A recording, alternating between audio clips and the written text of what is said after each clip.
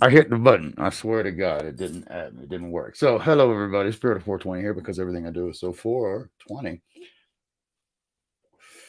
including trying to do it right and messing up. That's just part of it. And let me just start off with my title says it all. I shared it. Basically, I shared it earlier with Joe, who I'm assuming is probably already in here. Um, but let's just say I think it's a common place that a lot of us are these days. Um, and what I mean by love the world, hate the people is pretty straightforward and simple. I love life, and this world is beautiful, and there's a lot in it that I absolutely love in my heart and soul. Individual people and mass people, even the masses are assholes, and individuals can be assholes. People are assholes, you know. And the only thing I hate anymore is just pure. And I really shouldn't. I say that because I shouldn't. And it's something I need to change in me because I say, I believe not to hate. But the fact of the matter is, there's some things that, I think we naturally hate them, right? Much love, brother. Got it shared. I'm in the middle of finishing the movie right now with my fam after we're catching up on one later. No worries, man. You suck for not being here. I'm teasing. Um, you can watch that later and get a giggle. the uh, the short and the skinny of it, and I say this all the time too, and it absolutely is the reality. But the more positivity that you bring into the world and you spread, and the more you try to be a really nice, loving, caring person outwardly, and not just to a few people. And what I mean by that is to any stranger who needs it. Once you start trying to do that, and you're doing that consistently more and more, you will get hit with more and more negativity. That's the way this world works. That's the way it always works. The fact of the matter is you either see it or you don't. And what I mean by that is, if you see that, then you come to terms with it, and okay, hey, things are down right now, but they'll be better. Or things are awesome, but I'm going to have a hiccup. That's just the way it is. If you spread a bunch of positivity, then the negative side of this world takes a lot more notice and sends more negative shit your way. If you don't believe me,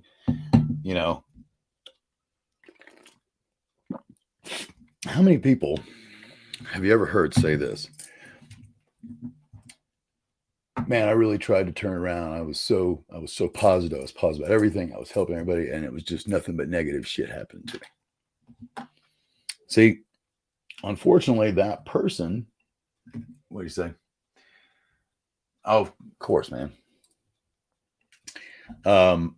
That individual that sees life that way is, without judging them entirely, and I'm not talking about one person, I'm just talking about people in general, is a pessimistic person. They are a glass half empty kind of guy, kind of gal, kind of person, right? They don't understand that with giving a lot of positivity, you're going to have to take a lot of shit. It's just the way it is. Again, I don't care if you're religious, but the man lived, and people that doubt that, that's fine. I don't care. I'm not into that argument. But look at Jesus. The more he did, the more he was hated. Like, they hated him because he was so nice. That is how this world is. It's never going to stop. It doesn't matter if there's 100, 100,000, 100 million, 100 billion people. It doesn't matter. The negativity will feel your energy, and it will it's trying to do its exact job, and that is put a stop to it. It's up to you. And this is, again, what I was talking about is, there's an optimistic person And somebody who truly believes in spreading positivity should see that when they do this and they get this bullshit, right? They get the negativity. What they're actually getting is proof that they are doing their job correctly. It's not always easy to what's that word? It's not always easy to actually fulfill that in the physical world. It's easier, and what I'm trying to say in a nutshell is much easier said than done. When you're going through a lot of shit and things are getting negative or things are lashing out at you, if you will, then it's extremely easy to get onto their level, get onto that level. And the next thing you know, you're feeding the negativity, right? Sometimes you're supposed to, sometimes you're not. And I'll give you an example. So I went out today. One thing that I will say, and I really try, but knowing what I know, when I say I try this, I also know that if I'm going to be really positive, then I'm probably going to have a lot of interaction. But I try to be positive when I leave the house and think, it's going to be a good trip, blah, blah, blah. I say that because I do suffer road rage tremendously, right? I mean no disrespect to people, but people that don't drive well just irk me. It's driving, like anything out there, is a skill, and some people do it very well and some people do it very poorly, and there's all points in between, right? So one of the first things I do when I go is I try to be positive about the trip. Let's go and do this, get this done, have a good time, blah blah blah. That truly is a what do you call it's blowing smoke up my ass, but that's not the one. It's a worthless wish. I'll say that. But it's positive thinking. It's part of the way of thinking. Like if I don't do it, then God knows how bad it would get. But my point is, there's always going to be, every time I go out now, I know there's going to be at least one. I wanted to say moron, idiot, all these other things, but I'll go with one driver that does something horribly wrong, or is not doing something they should be doing. Lots of times that's what it is. And it causes, one of the things that I'm trying to get to is the reality that this really doesn't cause a whole lot of harm to me individually, but what I look at, and that's what I mean, I'm trying to look at that it's not personal, but what I look at is how many times what they're doing is so ignorant and so bad that it could kill people.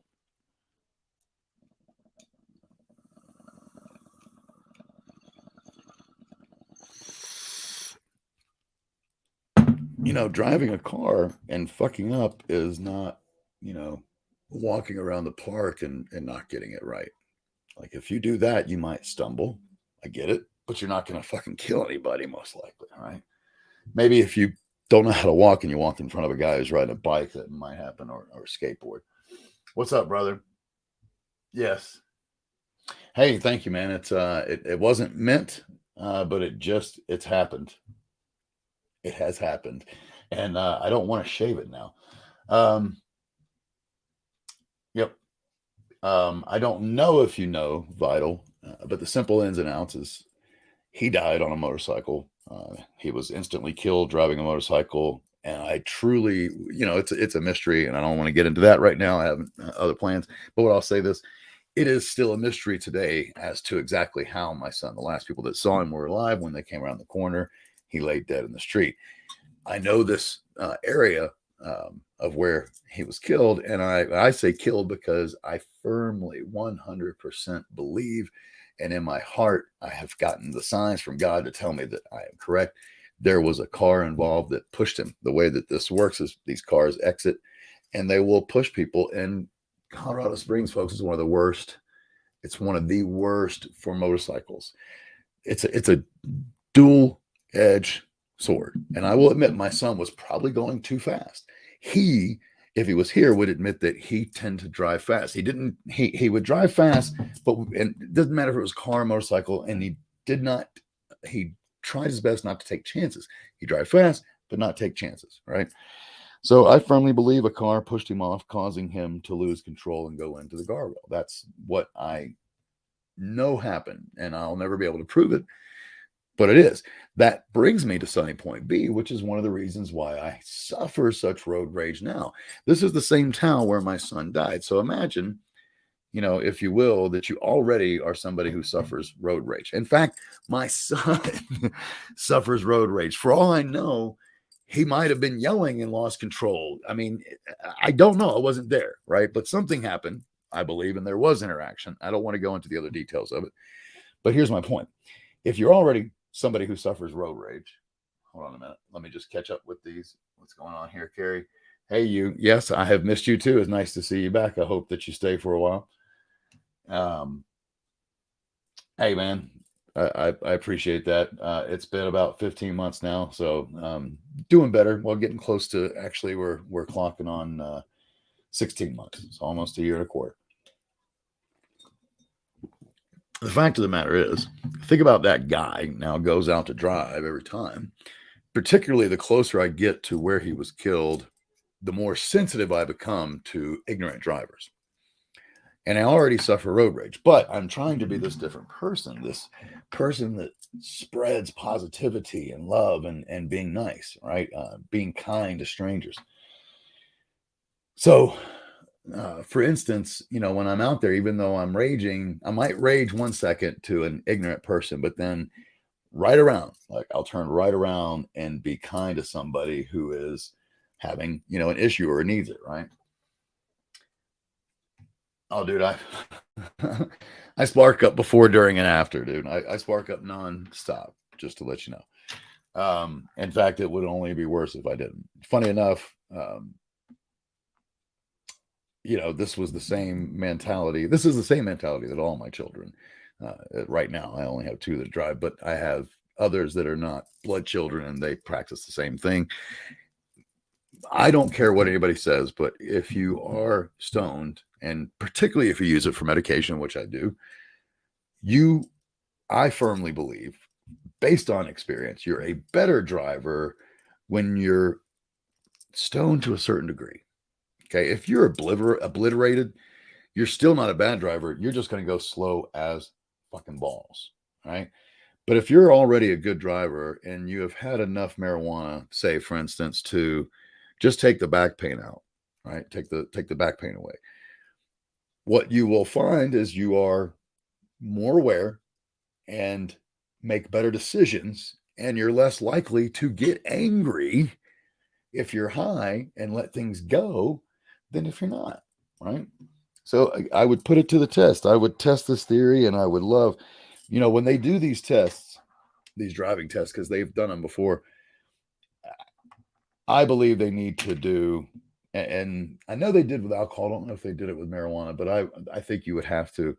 I would do something where it's, get a gradual test of people at this level of highness, this level of highness, this level, and then to the point where they're falling down. Because obviously that person doesn't need to be behind the wheel.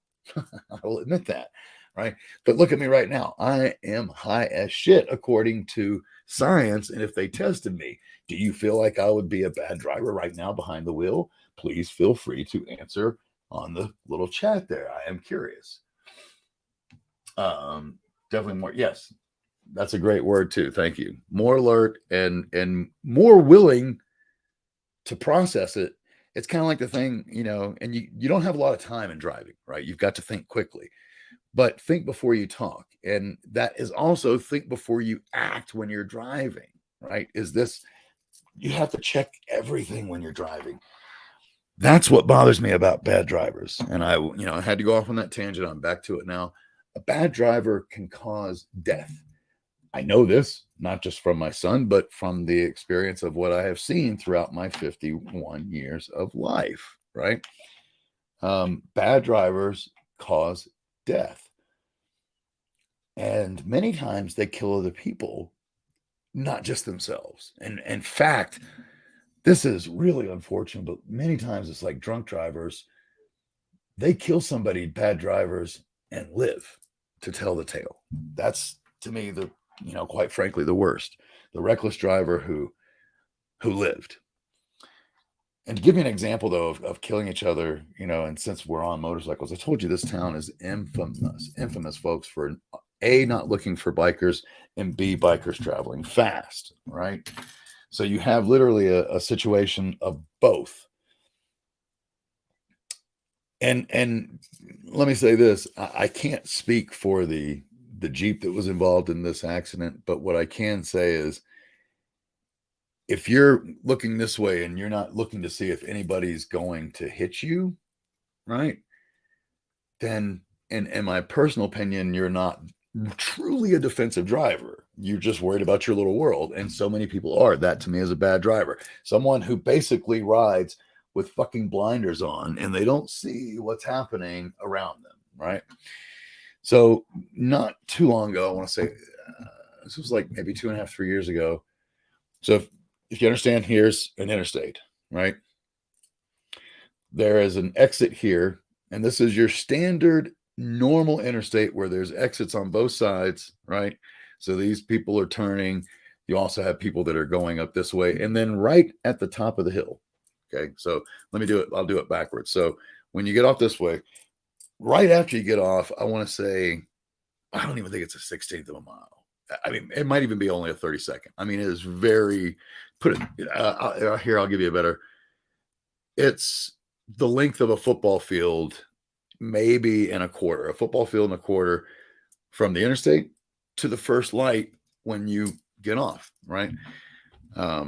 There's 3 lanes that turn right because this road, Woodbine, is a 3-lane road. So there's 3 lanes that turn right. This biker who had a passenger with them got off and just gunned it. They shouldn't have gunned it, but the Jeep never saw them and turned in front of it. They never even saw them and turned in front of them. All parties dead. It was an explosion upon impact. The 2 bikers were killed immediately, or the biker and the rider were killed immediately. And the other car, the bike hit them so fucking hard that when they blew up, the Jeep turned over and everybody in there was dead. I can't remember if it was 1 or 2 people, but at least 3 people died because of the very thing I'm talking about. Bad drivers. You're driving at a minimum. Take your smallest legal motorcycle or scooter that you can ride out on the streets. You're still talking about something that's a few hundred pounds, right? Most of the vehicles out there, and when I say most, I am talking, well, however many vehicles there are that aren't bikes. Let's just put it that way, right? Look at the world average and look at the percentage of motorcycles, and the opposite, take that away from 100, because the opposite is people driving vehicles that are well over a ton. And I do mean well over a ton. It's funny, when I watched a video, just on a side note, and everybody remember, okay, if I ask you, this is what I want you to remember. I was about to go in to the fact of the what's the word I'm looking for? The epitome of people that think being a bad driver is no big deal, right? But I watched a video the other day, my wife showed me, and it was a trucker, right? And this trucker, I don't know why he allowed it, because it's like somebody must have paid him good money to let it be on their YouTube channel. But this trucker is in his truck, right? He is watching, got his head turned like this, and he is watching a program that he has clearly got up on he's watching something and laughing and veers over into a car, hits the shit out of them, and then proceeds to go off the road, almost goes into oncoming traffic. I don't know why I was looking up there all of a sudden. That was a slow moment. Almost goes into oncoming traffic, and stops basically in the medium of what looked to be, like to me, an interstate, right? Just, that's completely unnecessary accidents. If you look at the number of unnecessary accidents that take place every day in America, That'll give you an idea. And I know that I'm specifically talking about driving right now, but next to cancer and alcohol, right? And maybe guns, I don't know. The thing that kills most people is car and motorcycle and truck accidents, folks. It's just the reality. That's coming back full circle. If you think being a bad driver doesn't matter, you're absolutely wrong. And it was funny because my son, by the way, I'm talking about my 9-year-old son. My 9-year-old son, I was sitting there I think I was telling a story to my wife or something. I can't remember. Anyway, we were discussing something, and my son said, it's funny, Dad, but people that go well under the speed limit, and don't worry, I gave him an answer, and I'm going to give it to y'all. He's like, anybody that goes extremely under the speed limit, they're not causing any harm. And I was like, oh, son. That's a huge mentality, by the way, that not just my 9-year-old son carries, but there's still 90-year-olds that carry this fucking thought, right? That if I go slow, I'm not causing any harm.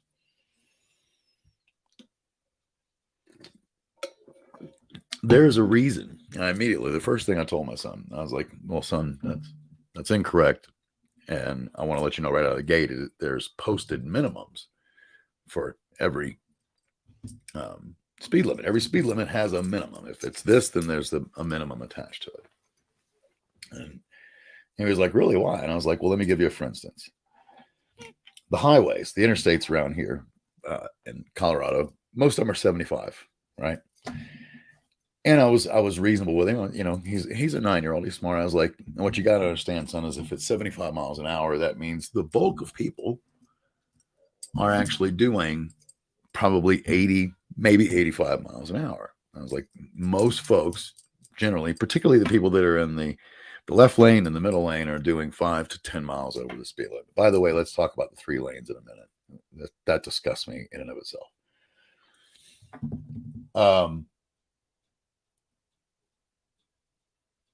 So if you are on the interstate, and let's say you, as someone who is following the rules, right, is traveling, you're trying your best to travel in the far left lane, because anybody knows if there's 3 lanes, if there's 1 lane, then there's just driving. If there's 2 lanes, left is fast, right is slow. If there's 3 lanes, it's the same concept, except it just you can go a little bit slower as you balk down a lane. And 3 cars on a 3-lane road are not supposed to travel simultaneously at the same speed. It is unbelievable to me. I have so much footage of ignorance, it blows me away. But I told him, I was like, so son, if you're on that interstate and let's say you're doing 80 reasonably, let's say, I even said, fuck it. And I did say fuck it to my son. It's just that kind of a relationship. And he says fuck back, just so you know. I don't give a fuck. And I'm not kidding. I have no problem with words carry power, but they are still just words. And it doesn't make my son bad because he uses the word fuck. I was using it well younger than him. I just did it without my parents knowing. That's the difference.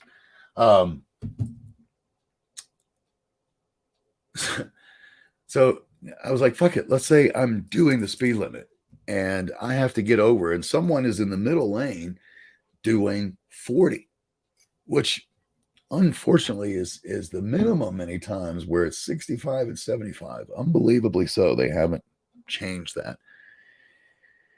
And I really think some of those laws need to be updated, because you are doing, that's, if you're doing 75 and someone's doing 40, it's like you're doing 35 miles an hour and they're standing still. That is very quick moving. It's very fast moving. If you're on a 55-mile-an-hour road and there's 2 lanes, right, and you're doing the minimum, right, of 40, I believe in this day and age that you're still causing issue. That's what I mean. I was just saying it. You're causing issue. You're doing 40 and everybody else is doing 60. There's a reason, folks, that they say 20 miles over the speed limit is reckless driving. You have a 20-mile-per-hour differential between cars. That is reckless in and of itself. That's why they call it reckless driving. So when a driver says, the poot arounds, honestly, are just as bad as the speeders. They are. And if you didn't think I was going to touch it, that's what she said. If you didn't think I was going to touch this subject, well, you're sadly mistaken. Let's talk about the number of people, because I am 51. When I learned how to drive, I'm not saying there weren't around, but when I learned how to drive, nobody had a phone in their fucking car. Okay. Unless you were the ultra rich and it was a Bentley or fucking Mercedes or some shit. And I will say my neighbors across the street were millionaires. So they had a Mercedes with a phone in the car when I learned how to drive. But again, that was a special situation. Nobody else's parents on that road. And this was all good money on that road. None of our parents had a fucking, well, the people with a tennis court, they had a phone. Either way, I think you get my point. A phone was not part of the equation, right? Now it is. And people do not take this seriously. They're driving let's go back to the facts. 90% of them are driving a vehicle that's well over a ton. Most of them, in fact, even out of that most, we're talking 2 tons, right? The smaller vehicles might be under 2 tons, but most of the cars, most of them, more than 50% are over 2 tons. And you think it's okay to be doing this while you're traveling down the road? What's wrong with you? Where are you from if you think that's a fucking okay?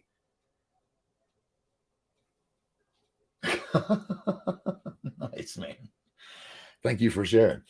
I don't mind using the bathroom in front of pretty much anybody. I got over that when I was in military school. I went to military school at 14, and it was a public toilet shared amongst 7 to 8 people because you had 2 rooms that held 4 people. There was always at least 3 or 4 in there, sometimes 4 and 4.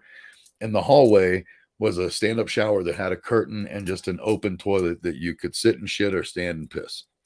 So trust me when I say you get really, it was, I still don't know how they do this, and I don't think the place is open anymore. To me, it should be illegal because it's the type of conditions that you deal with when you go to fucking jail. In jail, and I have been to several. Sorry, it's just the reality. In the jails that I have been to, I can't think of one that actually had worse pissing conditions and shitting conditions than what I had at military school. Let's just put it that way. So, back to 2-ton Tyler. These people, like, you've got to realize that your ability to drive has a huge effect on this world, right? The people that either travel too slow or travel recklessly all the time, right?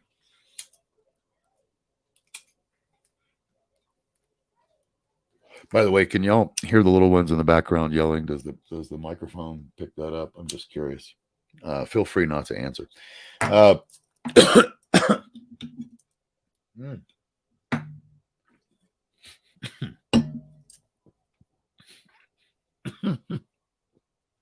Almost did a spit take. That would have been not good. This is making me cough, but I gotta say, I'm probably going to get off. No, it's got a really good flavor to it. There we go. All right, take it sleazy, cheesy. Back to driving, and I want to, I immediately just thought about something. Dumb pedestrians, dumb bicyclists don't think that you somehow don't count in this equation, because you do. Okay. You pull out in front of somebody, you step out in front of somebody, or you're traveling, in lanes of traffic with a bicycle and you're trying to cut through cars and someone opens their door for it. This is your fault. That is not theirs. Okay. That is your fault. What's this? There you go. You're good then. So all I can say is when you're out and about, you have a responsibility to the world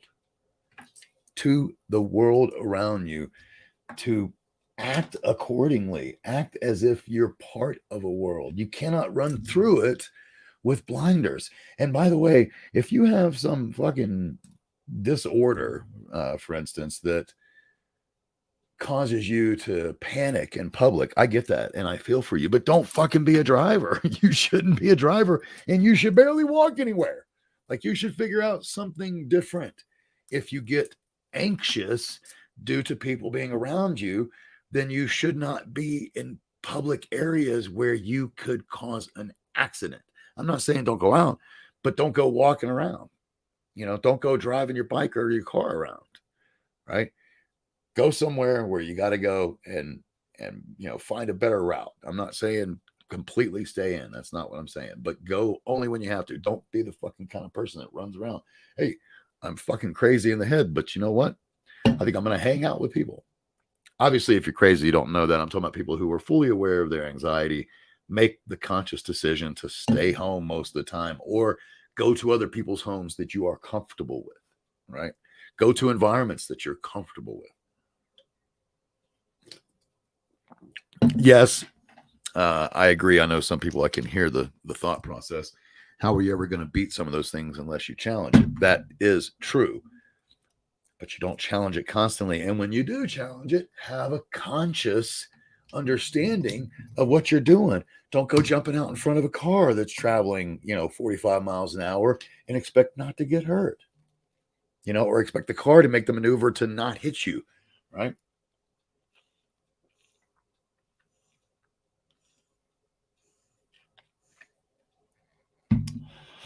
Be interactive with the world, folks. That's what I'm saying. And there's back to the drivers, because I really was enjoying focusing on that. I've been trying to get some of this out. Like today, let me put it this way. If I go out driving, I know I'm going to honk my horn probably at least twice, if not more, right? I'll just give you the two examples that I had to honk my horn today. Oh, the first one, I can't stand this. At a right, and this is not just a right, standard right turn, right? Like this. This is one that there's a medium here, because this has such it's almost like an entrance, an exit, I can't stand people that sit on a right turn that has a fucking, literally more than 2 football fields of lane for you to get up the speed and merge into traffic slowly. They will just sit there around here. I will lay on my horn every time. And if you think I'm a dickhead, you shouldn't be out there driving if you don't know to fucking turn right into a merge lane and keep going. They have yield signs at these fucking places, man. They don't have stop signs. They're yield signs. If nobody's walking in front of you and there's nobody there, you fucking keep going. It's just that simple, right? And if I'm in a lane, by the way, traveling at 70 miles an hour, and by the way, I was traveling at 70 miles an hour in this particular case in the far right lane, the slow lane. There is a car in front of me, and you start to move over with your blinker, and there's not enough room to fit your car between ours, I'm going to honk my horn at you. And if you keep coming over and I pass you, I'm going to look at you like you are the world's biggest dipstick. And what's funny is people will do these dumb things, and then they look at you like it's you being the asshole. Dude, just because you put your blinker on, doesn't mean that I have to back off or this guy has to speed up and we let you in. It means you're letting people know that you want to get over. Wait and let me pass where there was 5 cars of space between us, and then you get over. Number one. Number two, why was this dickhead? I have to talk about this because he got over, right, to go even slower. Usually if you're getting over into that right lane, he was going slower. Let me back up. He got into the right lane and started going faster than he was in the other lane, which I did not find. I didn't understand it. So I immediately thought, okay, he must be getting off at one of the two exits that are coming up. He was getting off at neither exit. And here's the funny thing. Yes, he was traveling faster, but he still wasn't doing as fast as everybody else in that right-hand lane. So I had to get over, I had to pass him. And sure enough, that guy, he goes, like, I don't know how to drive. What is your problem? Let's see what your biggest pet peeve. I got to read this. I see you, Donna. Give me 1 second. I'm going to read this.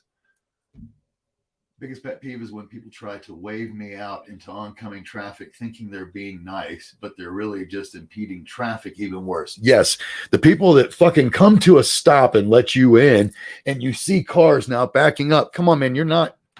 I'll get in when I need. I don't need you. I don't need a fucking grandpa or a father figure out about that doesn't know me. Come on in, youngster, get yourself in there. That's a good point. I like that one. And now, on to a better one, or not necessarily better, but on to one I wanted to see anyway. I wanted to see that too. I didn't mean, let me just scratch that last word. Just fucking forget it. Yes, you made it. Love thee, sweetie. And what here? I think you could get over road rage with an FSD Tesla. Well, no, I'm sorry. You're barking at the wrong tree there. I think Teslas are the worst car in the road. And don't even get me started as to why. That is a conversation that will probably go somewhat political, and we can have it off stage. We can talk about it one-on-one. Number one. Number two, the road rage will never stop because there will always be dumb fucking drivers on the road. I cannot tell you how many, and by the way, if I haven't talked about this before, let me say this. Most people will agree in this world who have lived in this country for any amount of time and let's just say have gone to a few different states over time, right? Oh, of course. I still love you, sweetie. I just fucking hate Teslas. That don't, I have a thing. Elon is the devil, but that's another story. You are not, you are an angel and I love you. Now, back to what I was saying, and I fucking forgot. Shits and giggles.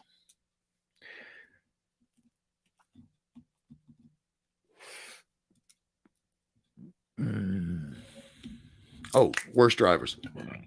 Sorry, I knew I'd get it.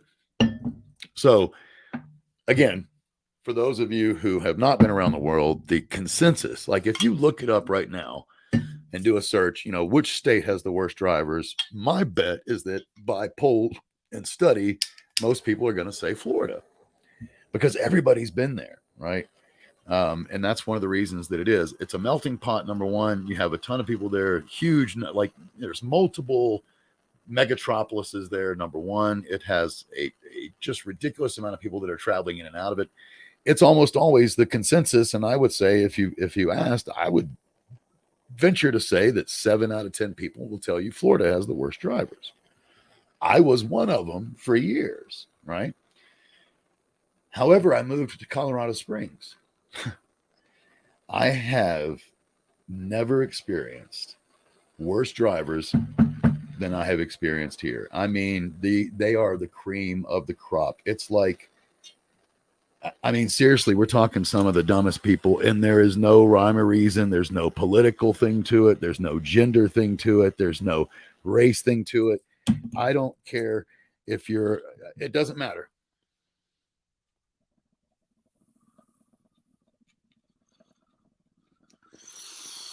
I won't even say it. I don't care who you are. I have seen a horrible version of you driving in this world, or excuse me, in this city.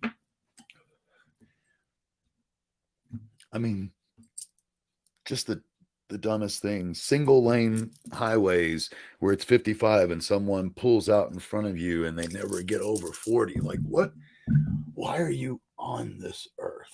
Honestly, why do you exist? I know that sounds harsh, but like, seriously, man, have some common sense. And there's none here. There's no common sense here. It is baffling. It really is. And I mean that because, again, overall, this area is highly educated. It's loved, it's adored by anybody who's ever visited here, but anybody who's spent any time here will tell you it simply put has the worst drivers in the world. And I keep knocking on wood because I don't want to find a place. I mean, if I find somewhere that has worse drivers than here, man, you are talking like the hell of driving, the hell, you know.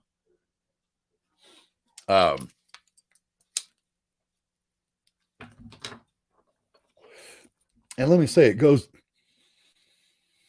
it trickles down to everything. Have y'all seen those scooters?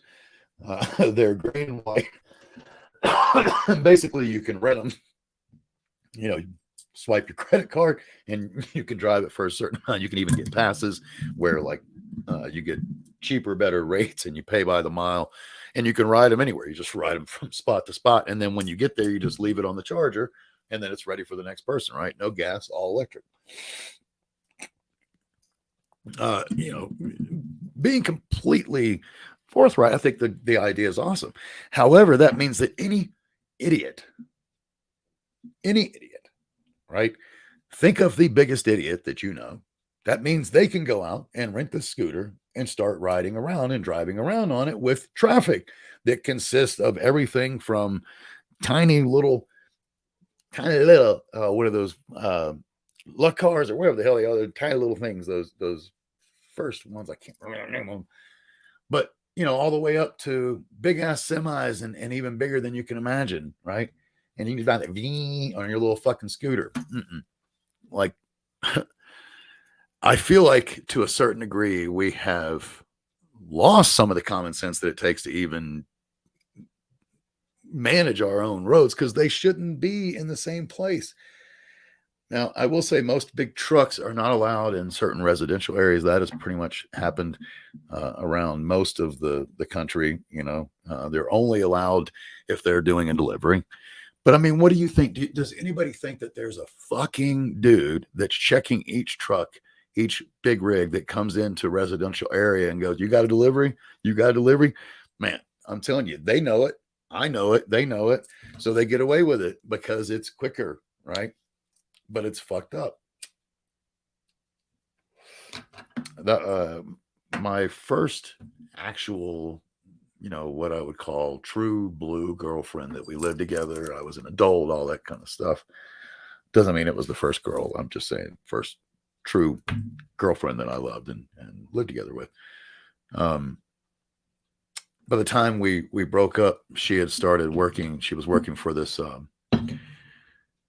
insurance company, and I think either she handled the division, but what I'm pretty sure is just that company was a big rig insurance company only because it's a whole different ballgame. And I'll tell you, her describing, I never got to see him because that's literally it's illegal. She can't bring the files home and she can't share them. And this was well before. We're talking, let's see, I was 21, so 1993. The internet was around, but nobody was using it the way that we do. And definitely insurance companies were not allowing people to access digital documents at home, right? That shit wasn't happening. But from the stories, man, the stories that she would share with me gave me a whole new respect and understanding of big rigs, because 9 times out of 10, man, big rig accidents is a fatality somewhere. It's just they're not good accidents. You're talking about a very large vehicle that is either colliding with something or having a bad time, and it's not going to be good.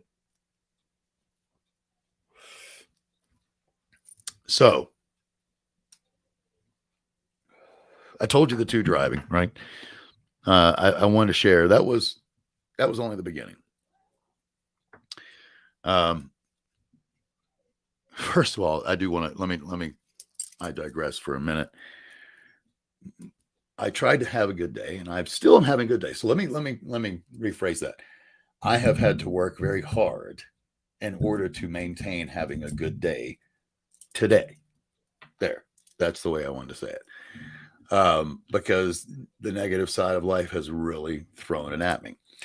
I already told you I went out, but before I went out and had these beeping incidences, and by the way, that was just me taking my wife to work. That was 2 honks on a what amounts to maybe 4.5 mile trip at best, and I had to honk twice.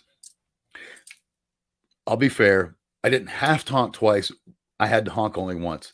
Technically, I didn't have to honk at the idiot that was sitting in a lane, basically not moving, but I did, because that just, so irritating.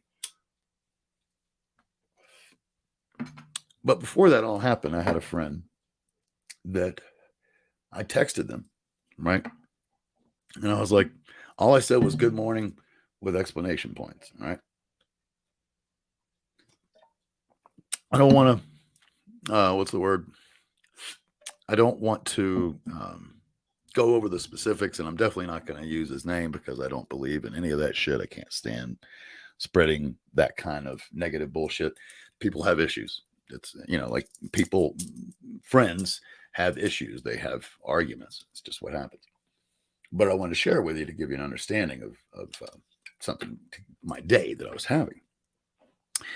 I texted him good morning, and then he didn't answer right away, which is A, fine, and B, not very normal for us, but it was fine. It was no big deal. In fact, the first thing he said is, please excuse my delay. And then he went off on this long thing. Now, the reality is I was texting him because we knew that today was supposed to be a day that we were doing a particular project, right? We were going to work on a particular project. And that's what, and he knew as well as I knew that when I sent the good morning, it was to get started. Well, the whole thing was something about what he was dealing with. And I felt, truly understanding and bad. And I sent this really nice, text of, man, I totally get it. I truly feel the same way. I even used like phrases like, I totally get it. We need this as a blah, blah, blah. And I was like, you got to bring it back to focusing. Right. And then, in fact, what I thought about first texting, right, because one of the things that I preach is what I call wipe your feet, but I didn't know if he knew that. Wipe your feet means, simply put, that when you go into a project, think of it as wiping your feet at the door. You clean all the garbage off yourself that has nothing to do with what you're about to focus on, right? That way your mind is focused and the other shit can wait, because when you're trying to do something, it has to wait. You can't do 15 things at once. You can't technically even do 2 things at once, because if you're working on one project and thinking about something else, you are not putting forth, you're half-assing it by the nature of the word, right? So I said it really nicely, right? I mean, really nicely. And he came back again, still focused on it. And I said nicely again, I was like, hey, try this, blah, blah. And then all of a sudden it went like it went south. He's like, I feel blah, blah, blah, because I'm saying blah, blah, blah, because I don't want to give you all the specifics. But in a nutshell, he felt really hurt and blown off. Right. And I was like, what the fuck? I mean, I honestly, I got livid at that point. Right. I was like, this is bullshit. Long story short, within a few texts, he's telling me, hey, I'm going to go silent. I'm going to sign out of this, and I'm going to take a couple of days off. And I'm like, what the fuck? What really bothered me at that point is we didn't even discuss the project at hand that was the reason that I had reached out. We had not even discussed it at all at that point. And we were supposed to work on it today, tomorrow, next day. We were supposed to work on it basically Monday through Friday. Like, now you're going to fucking go till Thursday without even talking to me? What the fuck? So I tried my best. I did. I tried my best to stay positive, and instead of getting just absolutely livid in my text, one of the things I point out is I can't stand text messaging anyway. Now, don't get me wrong. I will sit there and have a text conversation with you and have a long one. And I'm long-winded. I'll type a whole fucking book and send it to you. Okay. But I do not like it. And part of the reason I write so much when I text is because texting has no context. It has no, what's the word? Confliction, whatever. You cannot hear the tone. You cannot understand exactly how they're saying it. And you can say two sentences, or you can say one sentence, 5 different tones, and get 5 different results in real life. But if you send the text, it's however their head is interpreting it that they end up going with it. So many times, to clarify things in my text, I will go long-winded, like, this is what I mean. I am joking, right? Because that way it ensures that my text is not misinterpreted. Okay. But texting always gets misinterpreted. It always does. I don't care who you are. The other people read it. And even when you are nice and like, this is for this, they're like, this is for this. You're a fucking dick. I mean, they read it differently. And it's why I don't believe in texting as a form of good communication, you know? Thank you. Inflection. That was the word I was looking for. And I was inflicted and couldn't remember it. But yeah, like you've got to talk to truly hear somebody. Texting is a limited form of communication, right? One of the reasons I say that is it's just words. Anybody who knows what makes a good writer is a writer describes a situation so much that you feel like you're there, right? You can't live life like that and talk all the time. Like, you have to be quick and to the point. So this is the nature of who we are. And then you try to do that in texting and everything gets lost. It really does. People have had huge arguments. There's actually a funny skit by Key and Peele about it. But people have had huge, huge fights because one person read it one way and the other person read it another. And it's not good. So I tried to leave that alone, right? And that's when I went out. And by the way, when I honk at somebody, it doesn't mean I was totally angry. I didn't lose my shit. It didn't ruin my day. I honk and I'm like, fucking idiot. Most of the time I try not to even flip them off, but I'm in a highly tinted windows. So most people can't see me from most of the angles. It's part of the reason I do have tinted windows, because I can curse and flip them off and they don't know, so I don't get into fights with people based on my ridiculous actions inside that car.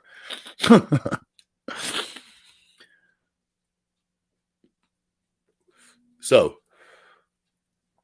then I go to the dispo.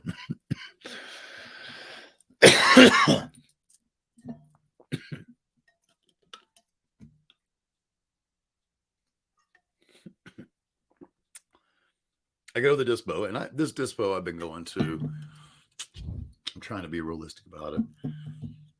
I would say at least a year, probably closer to, well, you know what? That's absolutely correct. It was well before Sky left, and that was October of 22. So at least a year and a half, maybe even 2 years now, right? So I know these people well. I've given them samples and other things like that when it comes to, like, I've shared with them, I've never gotten one freebie from them, by the way. And they're a tiny little place, right? My first complaint, and these are legitimate to me, folks, and I will be leaving reviews because I'm just tired of people acting as they do without consequence. That it's a seems to be a real issue these days, is that people just, here's what I'm saying. I love this world, but people just don't give a fuck about anybody or anything. It's not about being nice. That is not their goal when they wake up and go out in the morning. Right? So first on the agenda, I brought 2 coffees tonight. I didn't fuck around. this little place, which is a dispo. It's a dispensary where they sell all kinds of different weeds, right?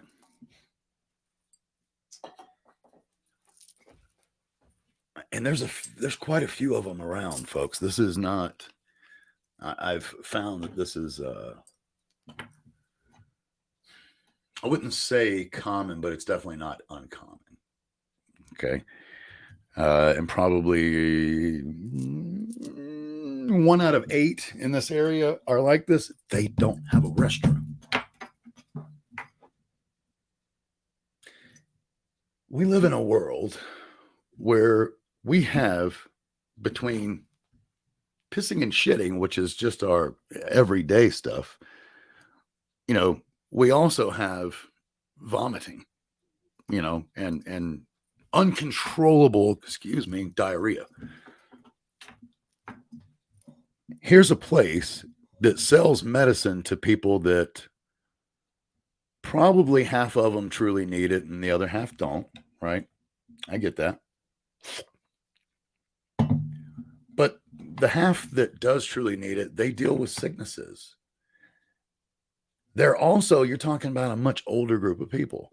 And I don't mean to be rude, but as I get older, I can only hold my peace so long. Just being very straightforward about it, right?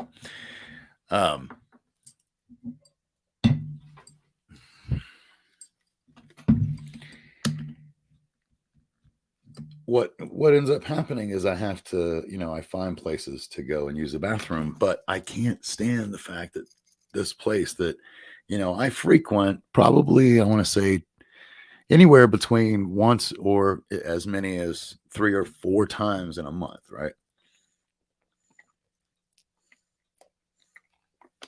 Has no bathroom. They have a bathroom. It's just for the employees, right? It's behind the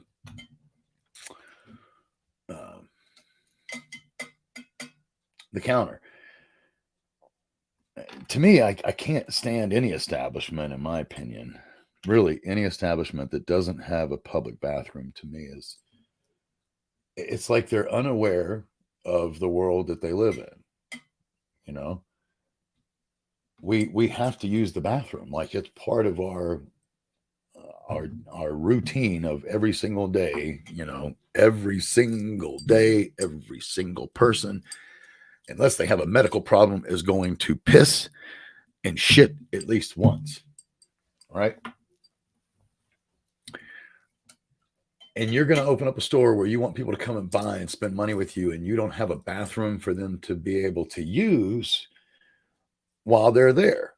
It's absolutely unheard of for a restaurant to not have a bathroom, right? Like that's unheard of, because you're in there eating and drinking. So you're going to even further, you're going to make that shit happen, literally, right?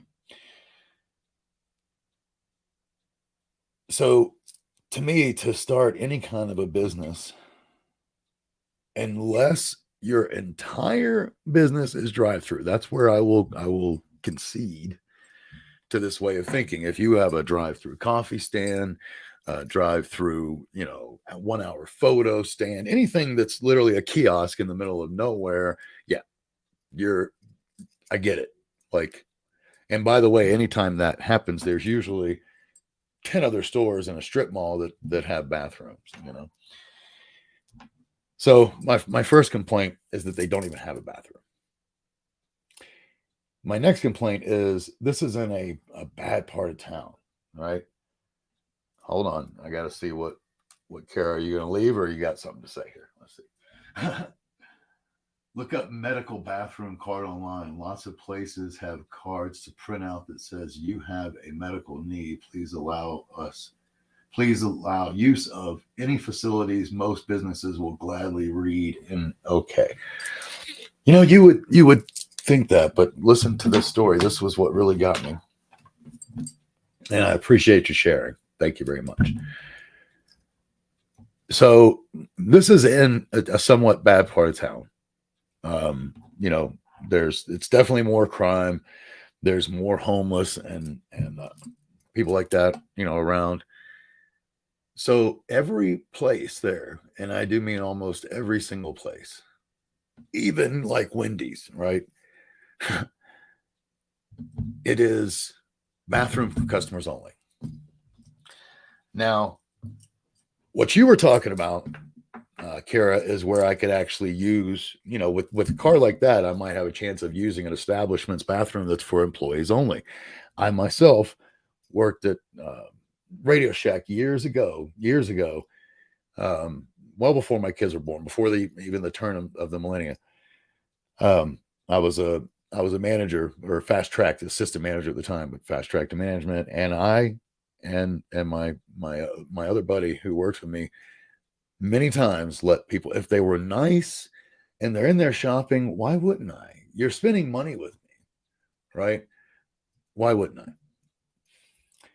And I get why people say, hey, the bathroom is for customers only. 99.99% of the time, that is to prevent homeless and druggies from using the bathroom to do drugs or other things that, homeless will do. And I don't mean to be rude, but if you're homeless, you'll find a bathroom where you can clean yourself, and amongst the homeless, because I have been homeless before, but amongst the homeless, they know which bathrooms to go. They have found the places that allow them, right? By the way, I have my issues with this practice of for customers only, right? And why it is. I learned it back when I was, I think I was 19 when I got that job. And that's why I say I got that job. I was working in a Philly, or actually, I guess it was just we did a lot of Philly. I guess it was just a grill. But either way, we did not let people use the bathroom except for folks that were there to eat, right? And this was in downtown Atlanta, and the guy even said, this is why. And on a couple of occasions, let me just say, I caught people who had gone, because they'll sneak in and go in there anyway, and then they're in there smoking crack, or they're in there half naked and literally using your bathroom to essentially take a shower. And I mean no disrespect. I have been homeless, so I get it. You got to find places, but if someone has made it clear and you go out of your way to do it, well, then you're fighting the establishment. And if you get caught, then you're going to have to deal with the ridicule or whatever it is that happens when they catch you, right? If it's drugs, you might even get arrested. However, even then, if somebody came in and said to me, at 19, I even knew, if someone came in to me and said, hey, man, I like, the first word out of my mouth is I apologize for even asking. That's exactly what I said. Like, if someone comes in and says, I apologize for even asking. However, I'm trying to go to this dispo right beside here, and they do not have a bathroom. And I am 51 years old, and I'm having trouble these days holding on to my, let's just say I'm a little incontinent, right? May I please use your bathroom? The guy looked at me and without even a second thought said, are you buying anything? And I was like, no, you can't use the bathroom. Now, I know, I'm really an optimistic person, believe it or not. And look, if you don't believe it, well, look, this is the day that I had, and I'm still on here spreading love and positivity, because at the end of the story, it's positive. I promise. It always is. So the guy, he said no. And I was like, wow, are you serious, dude? Like, I just explained to you, I really just need to use the bathroom. No. If you're not buying, then you can't use the bathroom. So I told him, even, I was like, I'm gonna leave a really nice review for you about this, and I hope you enjoy it. And he was like, go ahead. My name is such and such, such and such. Gave me first and last name, right? Was proud. That's when it really started to blow me away, because he wasn't just doing it to enforce policy. He was doing it because he enjoyed it. He truly enjoyed being this jerk, this dickhead.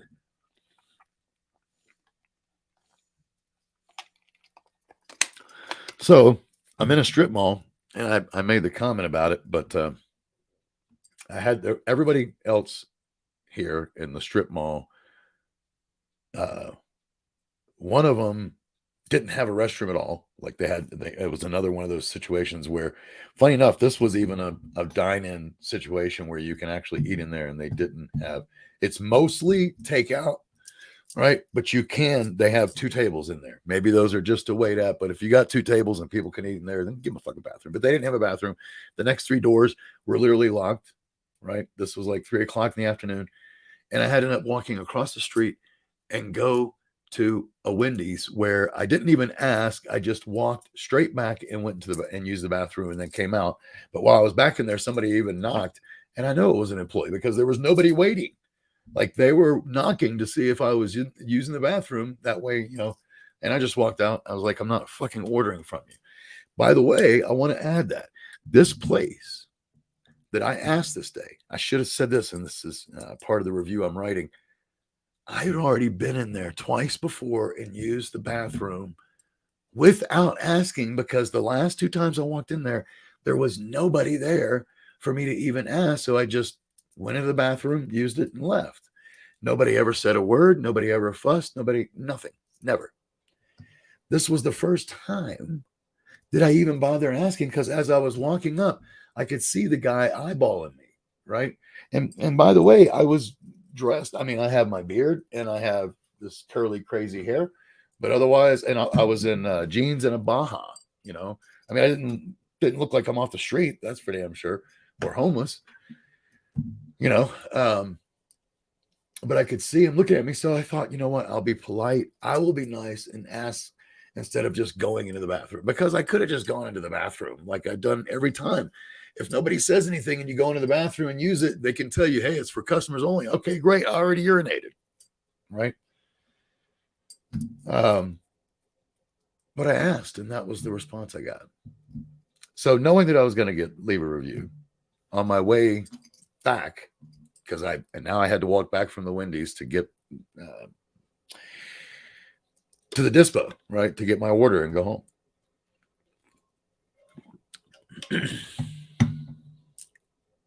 I took a picture of the front of the establishment, because one of the things I found is that reviews they're taken more seriously and have a better effect if you add a picture to them, right? So I took a picture outside, and then I opened the door and I just put the camera pointed to him and took a picture. By the way, I want to add this. This is going into the review. I want to add this. I have never seen one patron ever in my time actually sitting in there. I've never seen one person in there sitting in there. And this was the first time when I took the picture, I was like, Murphy's Law, of course. When I opened the door, that was the first time I'd ever even seen a customer ordering, but there was a customer at the front desk and ordering, and I just took a picture, right? Real quick, and then walked in, because I just wanted, again, pictures work better. Plus, it shows this jerk. So I go into the dispo, the door closes behind me. I kid you not 2 seconds after that, the guy shows up in front. He's standing in front of the door, and he's like waiting for me to take his picture again, right? And I just looked at him and went like, I was like, fuck you, dude, you're an asshole. And he was like, and did a curtsy and a bow to show me how proud he was of being a mean-spirited person, because he could. So believe it or not, I shook it off. I was like, okay. As I continued to do, and I'm not perfect. Sometimes it gets to me. I mean, I did give him the bird, right? But I'm now in the dispo. I hand my card to the guy. Now, remember, I've been here many, many times. I've been there closing in on 2 years. And I always buy the same thing, right? And what I mean by that is I'm always in the same section, the same. I try to spend as little money on cannabis because I smoke so much. So I'm always in the $10 gram section, right? And hadn't been in there, though, funny enough, had not been in there for a while. I'd been getting the other place where I get my flour, just on a side note, has started carrying some $10 grams themselves. So if I don't have to go to two different places, why would I? But this place is actually the closer to me, but they don't have the better flour deals. I can go over to that other place and get 2 ounces of flour for $70. So back to short story long. I'm in there for these $10 grams. And the first thing I want to point out is the guy behind the counter is almost always there when he's been there 95% of the time that I've gone in, he's been there, right? He knows me. I gave him samples of some shit and I have been very kind to him. Well, he was sniffling as usual. Like, and when I say that, I'm talking like the last 4 times that I've gone in, he's been there and he's been like every few seconds. It literally is the sniffles that reminds me of someone using cocaine, but he's not all wired. So I don't know what he's doing. Maybe he's snorting ecstasy or something. But needless to say, he's sniffling. And he won't look me in the eye. And all I can tell you is there's 3 types of people, right? And what I mean by that is when you're in retail and you're dealing with a clerk of some kind, there's 3 types of clerks. There's extremely, not extremely, I'll say there's outgoing, there's ingoing, right? What's the word? Introverted, right? That are just very to themselves, but polite, right? And then there's just nasty feeling clerks that they don't have to say a word, not a word, and you get the feeling that A, they're doing the biggest favor to do what they're doing, and B, they fucking can't stand you, and C, what the fuck did you even come in for? Right? That's the best way I know how to describe it. That was the attitude this guy was oozing. It was so bad. You know, one of the first things I did was I was like, hey, so out of they usually have in this little section 4 shatters and 4 sugar waxes, right? Been there tons of times. So I was like, hey, man. And I was very nice about it. I was like, hey, bro, which of the shatters is truly most like shatter and actually, you know, chips and breaks? He was like, these 2. I was like, okay. And I picked one out and I was like, they only had 3 today. So I was looking at the sugar wax and I was like, hey man, I had never seen those before. Would you mind open them up and let me see them? And he just starts grabbing them, didn't say a word, just starts grabbing them, open them up. And I'm reading the percentages and stuff on there.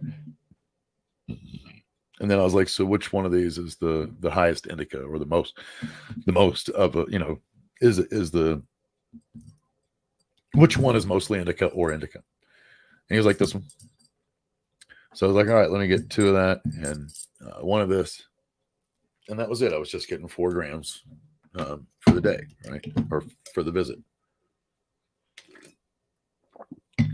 And I literally said, all right, man, let me get 2 of those and 1 of those. And he's like, all right. And I was like, thanks a lot, bro.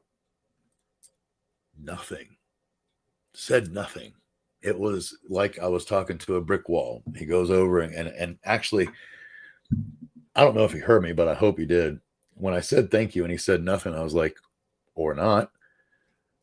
Because like, dude, we're in a society. If you say thank you to me, I'm going to, at a minimum, say you're welcome.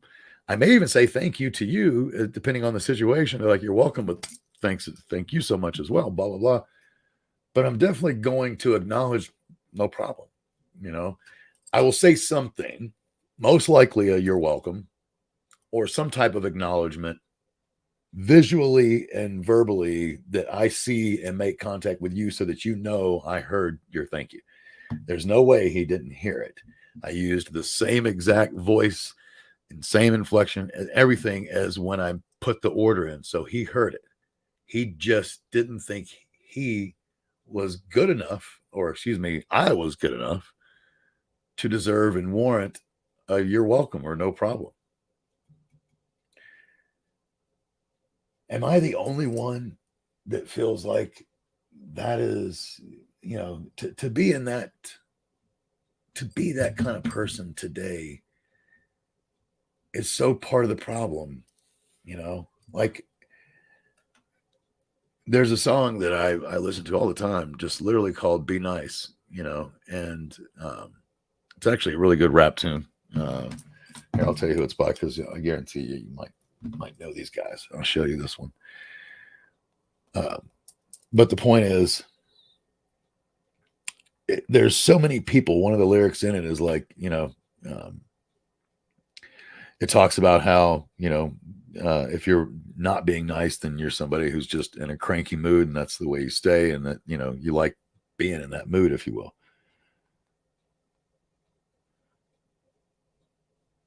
All right. So, oops. Let me go to review album.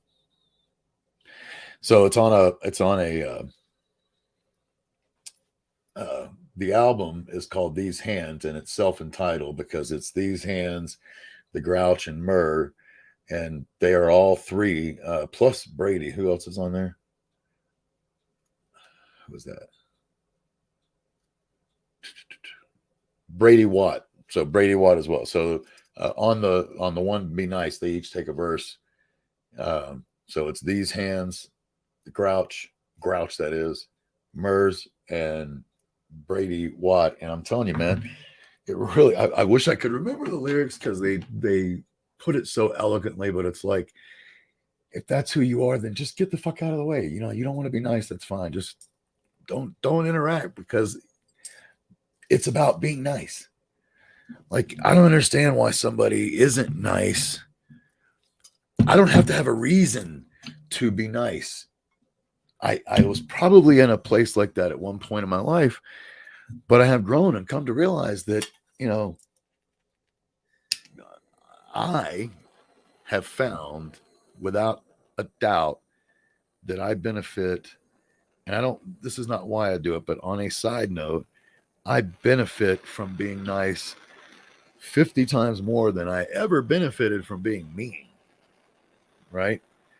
And what I mean by that is, if you're nice, other people are nice to you. You can get further. If you're having an issue, let's say you're having an issue with some place or something that you bought, and you go in and you're a total fucking dick, and they don't have to necessarily do the return, then you're probably not going to get that return. You take that same situation where you've been nice the whole time, and technically they don't have to do a return. Do you know how many times I got the return done because I was nice?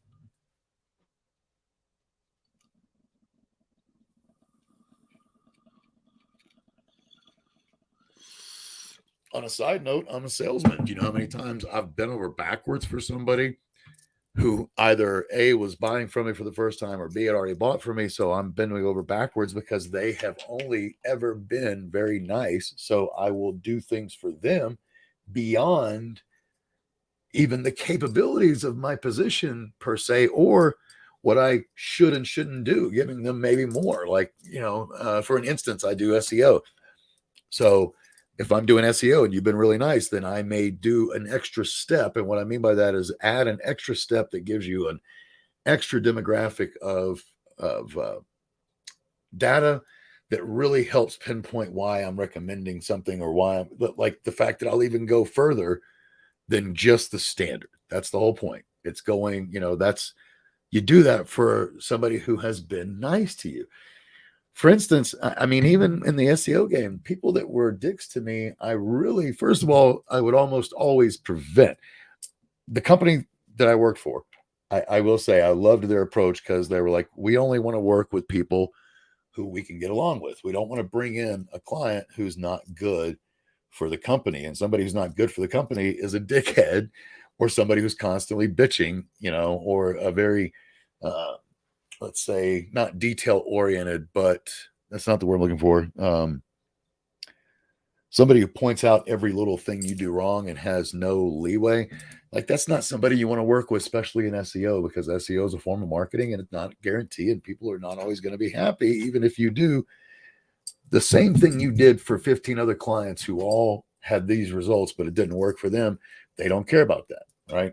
It's just bad. So if you've gotten a dickhead, then that's going to be really, really horrible.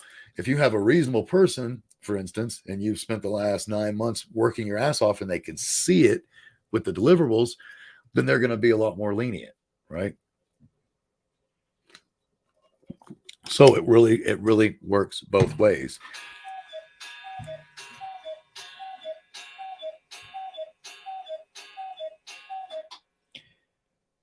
Being nice allows you to get further in life, and that is the quick and easy of it. And it doesn't matter, because I know someone's like, yeah, but everybody's not going to do that for you. You're absolutely correct. I was nice today, and multiple people were, jerks or unfriendly to me. That's where I started with this. The more positivity you spread and the nicer you are, the more the negativity is going to lash out at you, right? And it was friends, strangers, and family today. It was all three. And that's why it was a little painful. I came home, and I'll just do this one quick, because at least this third one has already apologized. But I came home, and in a quick nutshell, my mom's been sick for like 45, almost 60 days now, with getting the flu, not once, but twice, back to back, right? And when I got home, she said a few things and got really nasty and lashed out at me. And I knew that it wasn't her, right? I knew it wasn't. And so I engaged a little bit, and I'm not saying that I was perfect. I yelled, I raised my voice, and I was a dickhead. I think I may have cursed as well. I had this day going on, man, so it was just a bad time. And but I let it go, and it was, in a nutshell, it was just her being sick. And anybody who's been sick for any amount of time knows that it's very hard to stay positive when you feel like shit all the time. So what ends up happening inevitably when we are sick is we typically, most of us, if we're sick for any amount of time, right? A couple days, maybe not is the best example, but if you're sick for really, I think three or more days, right, then you tend to go negative in your thought process. Everything's negative. The world sucks. It's never going to be better. Like it gets really dark for some people when they're sick, because there's no positive thought process for them, right? You usually don't see people running around sick and not feeling good with a big old smile on their face.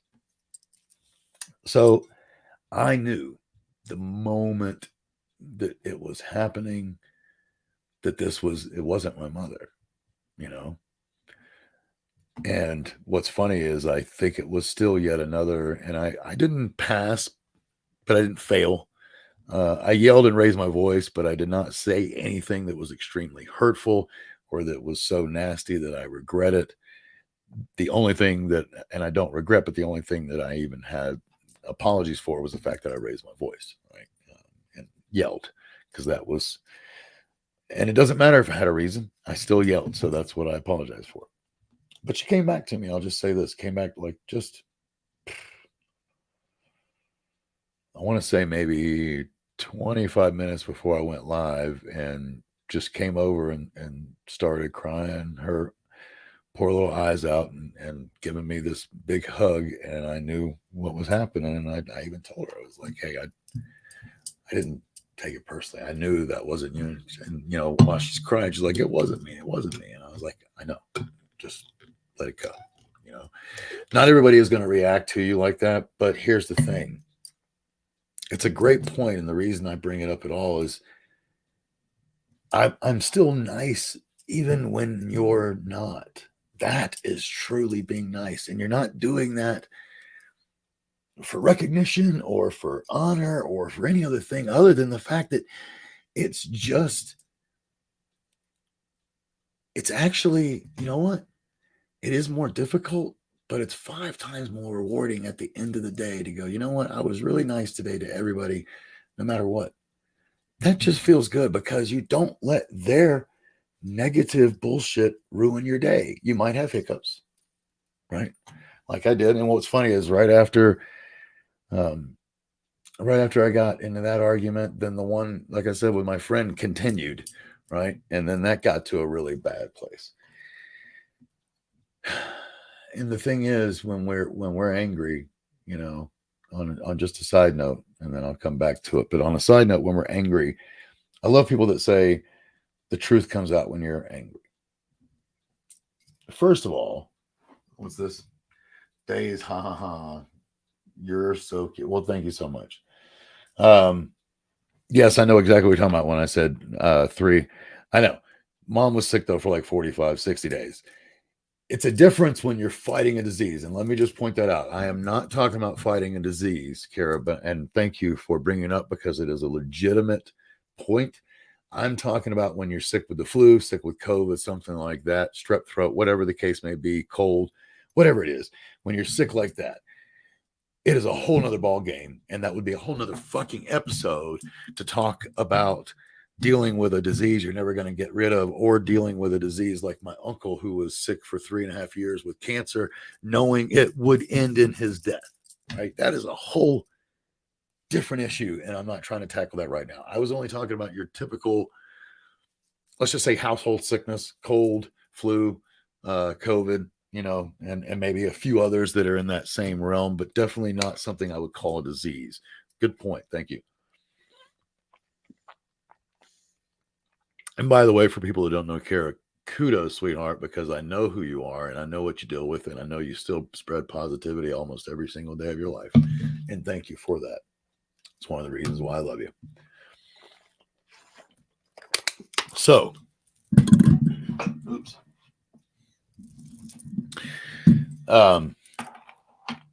When we're angry, the truth comes out. Yes, it does. But when we're angry, we also lash out to hurt the other person, because what's happening when we're angry is we're hurt. Anger is simply a cover up feeling. It's nothing more.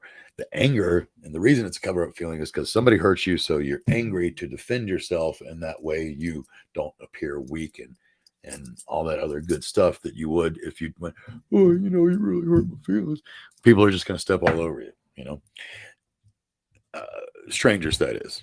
People that actually know you, and you still don't go that route. You're like, hey, man, you just straight on say, hey, bro, that really hurt my feelings. Would you mind rethinking that? Maybe apologizing? Again, the typical behavior when angry is to lash out, and the anger is already a cover up. So you're in cover up mode and you're lashing out to hurt them, right? They've hurt you. So now you want to hurt them. And you will say things that, although are true, you may change them a little bit so that the truth hurts. And anybody, man, come on, just think about any time you've been in a fight and you know what I'm talking about, right? It is half truths. Even when you do speak the truth,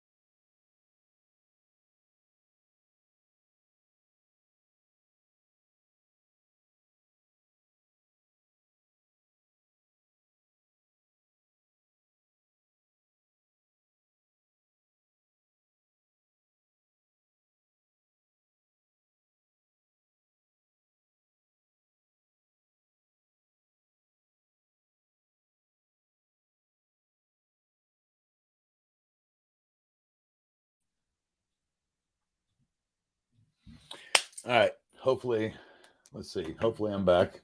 Power. I lost power because my dumbass forgot to plug in the laptop that I'm running from tonight. So do me a favor. I know that I see the counter. Somebody please just text me anything over here so that I see that y'all are still seeing me here. Am I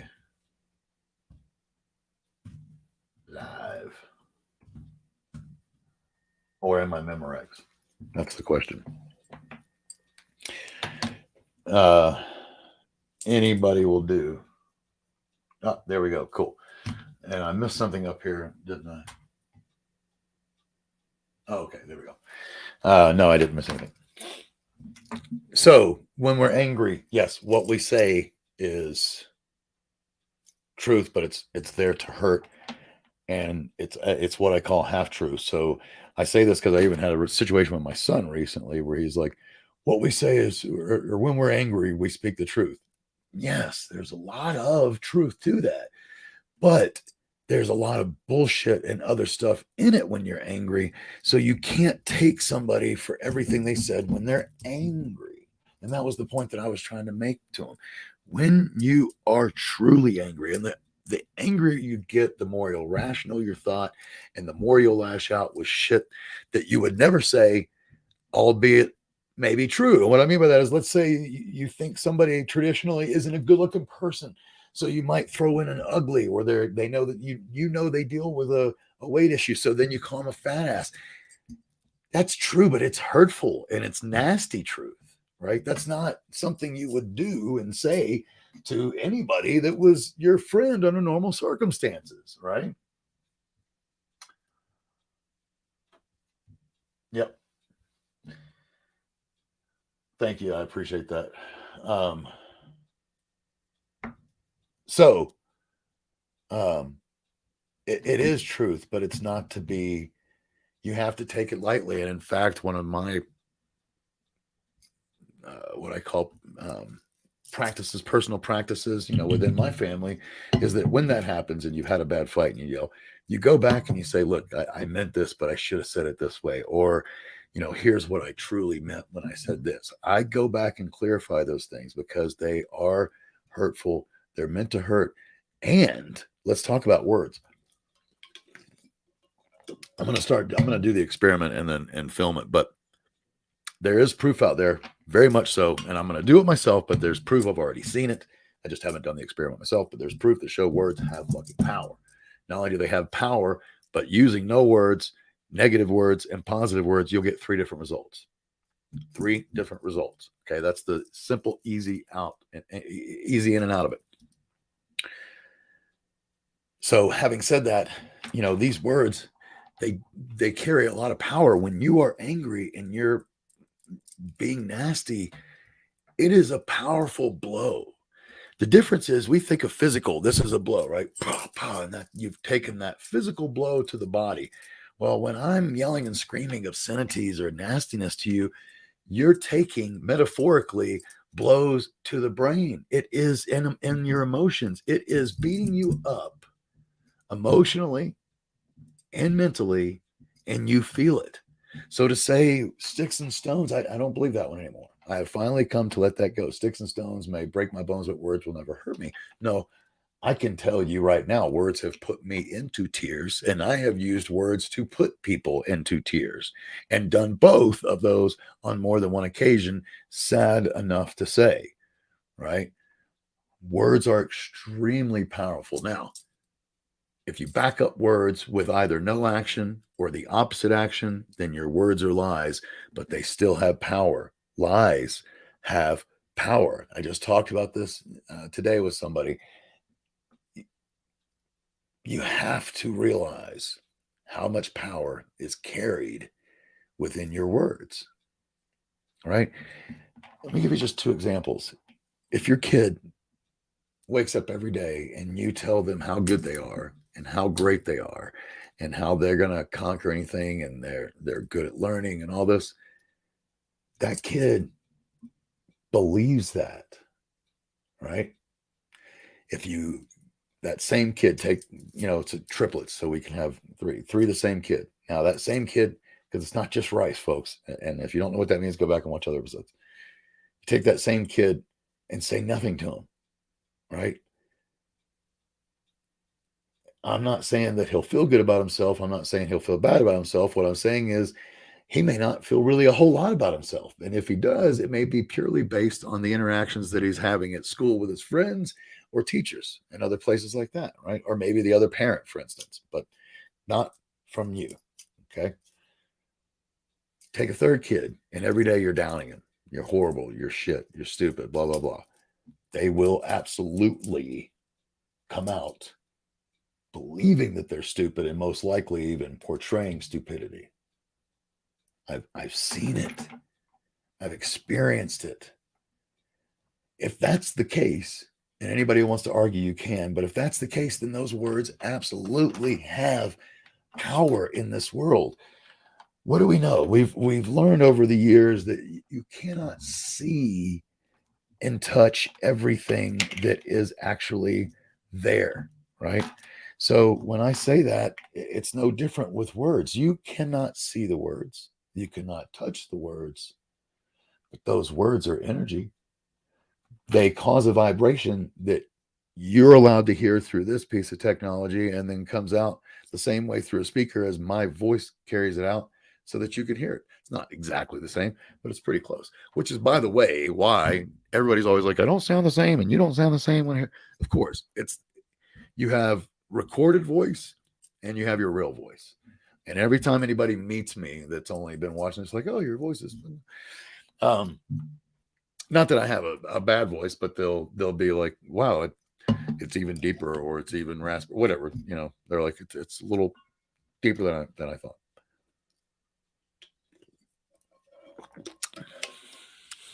You have power. Your lies have power. If you want to believe that lies don't have power, why don't you take a few ganders at any politician, and every single one of them, there's lies that they say, and they end up getting elected because people believe in their lies. That is power, right? You can't deny it. That is energy. We can't see it. Again, we can't touch it, but we know it has an effect on us. That power of words. I almost said a song that came out in the night. Power of pussy, pussy. That's a song. Look it up. It's a great song. Power of Pussy. It's by a band called Bongwater. I kid you not. And I think they only put out the one album, and I fucking love it. The one album was called The Power of Pussy. And it's a man and a female, by the way, just so you know. And it really is a great album. I'm not kidding. Absolutely. It's a little late for you, I know, and I'm getting ready to end anyway. Don't worry about it, sweetie. I've been on for much longer than I had anticipated, but I was getting out the day, and I've got to end it in a positive place, which I'm about to do anyway. So one of the things I want to point out is just before the show, I told you it was like 20 minutes. My mother apologized. That's very heartwarming and sweet. Let's go to that. Like, this day is only going to end positive for me because I'm going to make sure it ends positive for me. Okay. I love people, but they have the one thing that we have is a saying that I say all the time. And every time I say it, even now, it brings on a new, different enlightenment each time. If I'm not the problem, there is no solution. The whole point of that is that if you're doing something and it's messed up and it's fucked up, I can't fix that. I can't. That's your problem. I have no solution to it. I can be a friend and tell you and hope that you do it, but I have no ability to control that. So to get upset about the things that are out of our control is technically wasted energy. It's one of the things I'm learning every day is to apply the energy in the places that it makes a difference and not apply it in things that I cannot change. That I cannot, I can tell them about it, but I can't make the change occur and stay that way, right? but the positivity, you can get it at the end of any day. And in fact, one of the things that really brings me to how happy I am right now, what I mean by that is there's 2 points that I looked at, and I think I even text somebody and was like, haha, today I've had a shit day, and there's been, and I can say that earnestly, and I mean, it's been a shit day. I haven't really let it affect my mood to where I'm pissed off, but it's been a shit day. But you know what wasn't shitty about today? It wasn't shitty because I was depressed about Sky. That's a positive to me. It was all the other things, and I was doing things, and I was active and proactive and all that, blah, blah, blah, blah, blah, right? The other positive that I take from it is the effect that I continue to have becomes greater and greater. I don't care if it's only one person every other day for the rest of my life, and that's all I ever affect. That's still growing, and the numbers keep growing, and I know it's growing because the more positivity I put out there, love, unconditional love that I put out there, support for anybody and everybody, particularly in the cannabis community, that I put out there, right? Oh shit, right in the middle of my thought. Oh, the more that I put out there, simply put, the more negative shit will happen to me. One of the things I wanted to point out is, I know that some people are like, okay, so these people that have everything and fame and they're not necessarily spreading positivity, right? They have fame and fortune, but not all of them. And my God, take a few, just look at a few. Like, not all of them are good for the world. You know, not everybody who is popular is actually doing what I'm saying. And everybody has their own life. You know, what I have found out is that this is my life. This is my purpose. My calling is to show people this reality. Not everybody will get it. Not everybody will buy into it. And one of the things that will continue to happen is negativity will continue to try to put me out and slow me down. And the more I fight with positivity, the more it's going to fight back. And that's okay. It just tells me that I'm doing what I'm supposed to be doing. Everything happens for a reason. I love you guys. I've had a really good night saying all this and having, just a good night all around. I appreciate it. Oops, where am I? There we go. What was I going to say? Know that each one of you are special. Every single person is special. Even when I fight with people, the one thing I always continue to do is I continue to love them. They're, you fight with the people that you love. And even if you have to put them out of your life, you still love them and you're still kind to them, right? It's just, we're not going to hang out all the time anymore. That sometimes you have to do that in order for people. It's like when I left my home, just on a side note, at 22, and I did it angrily. I will say that, my father and mother let it happen because they knew this is what he needs to do. And nobody tried to reach out to me. I reached out to both of them on my own and started it afresh because I had to sink or swim, right? But when you help somebody and you have to let them go, it's no different than you kick them out of the nest and they're either going to fly or not. But you can't sit there and keep doing it and keep helping them if they, like what I will say is when somebody continues to butt heads with you and do certain things that are just not supposed to happen. Like I told you, I have a rule of 3, and many times I even go beyond that rule, but everybody has a threshold, right? Everybody has a threshold. Everybody has a point where they're like, okay, I can't do it anymore. It's just, it's a fight and I have to reconvince or whatever the case may be. Right? That unfortunately happens in this world. So, but each one of you, no matter who you are, even if you're a person that's happening with right now, you are special. You are awesome. You have a purpose and you will get past this time. And I didn't say, just for instance, if anybody's there, I never close the door. I never burn the bridge anymore. At least I really try not to. Let me take away that never. I desperately try not to burn the bridge anymore. Although some people will burn it for me. Have a beautiful week. It's Tuesday, so I'll be back on Thursday. Don't know what I'm going to talk about Thursday, but we'll see. Whatever the hell happens, that's what I'll talk about.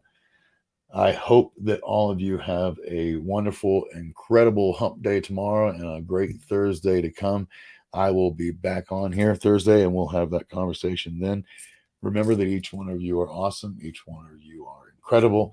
I do love all of you unconditionally and will support almost every single one of you. Just reach out and you'll find out. Until then, have a beautiful night. Have a blessed evening. Stay lifted. I switch here, I'm a strange fuck. Consist on ain't something I could say well.